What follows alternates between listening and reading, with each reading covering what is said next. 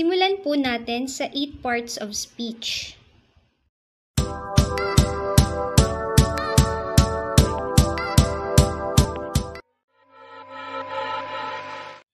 Good morning po, magandang umaga.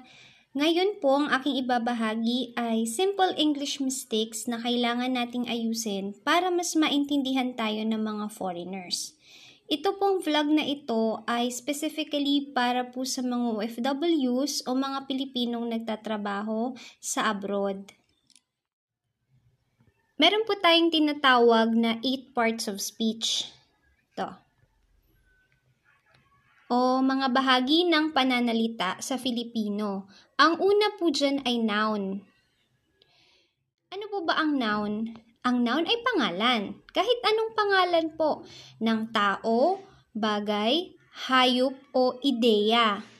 Ito po ang pinakauna nating natututunan sa paaralan, bahagi ng 8 parts of speech. Ang iba po ay verb, adjective, adverb, pronoun, preposition, conjunction, at interjection. Punta na po tayo sa halimbawa. Kapag tinanong po tayo, what is your name? Always remember po na kung ano ang tanong, yun ang sagot. Ang tanong dito ay ano ang inyong pangalan or ano ang iyong pangalan? Name. What? Ano? Ibig sabihin, sasagutin mo siya ng noun. Yung name mo ay noun. Halimbawa, Julie. My name is Julie. Pwede rin direkta, Julie. Isang halimbawang tanong pa po. Where do you live? Pwede rin itanong dito, what country are you from?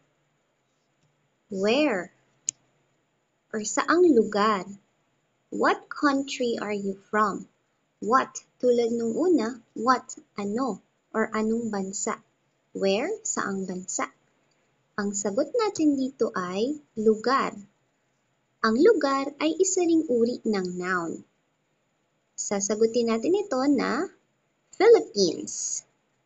Pwede rin sabihin mo in a complete sentence, I am from the Philippines.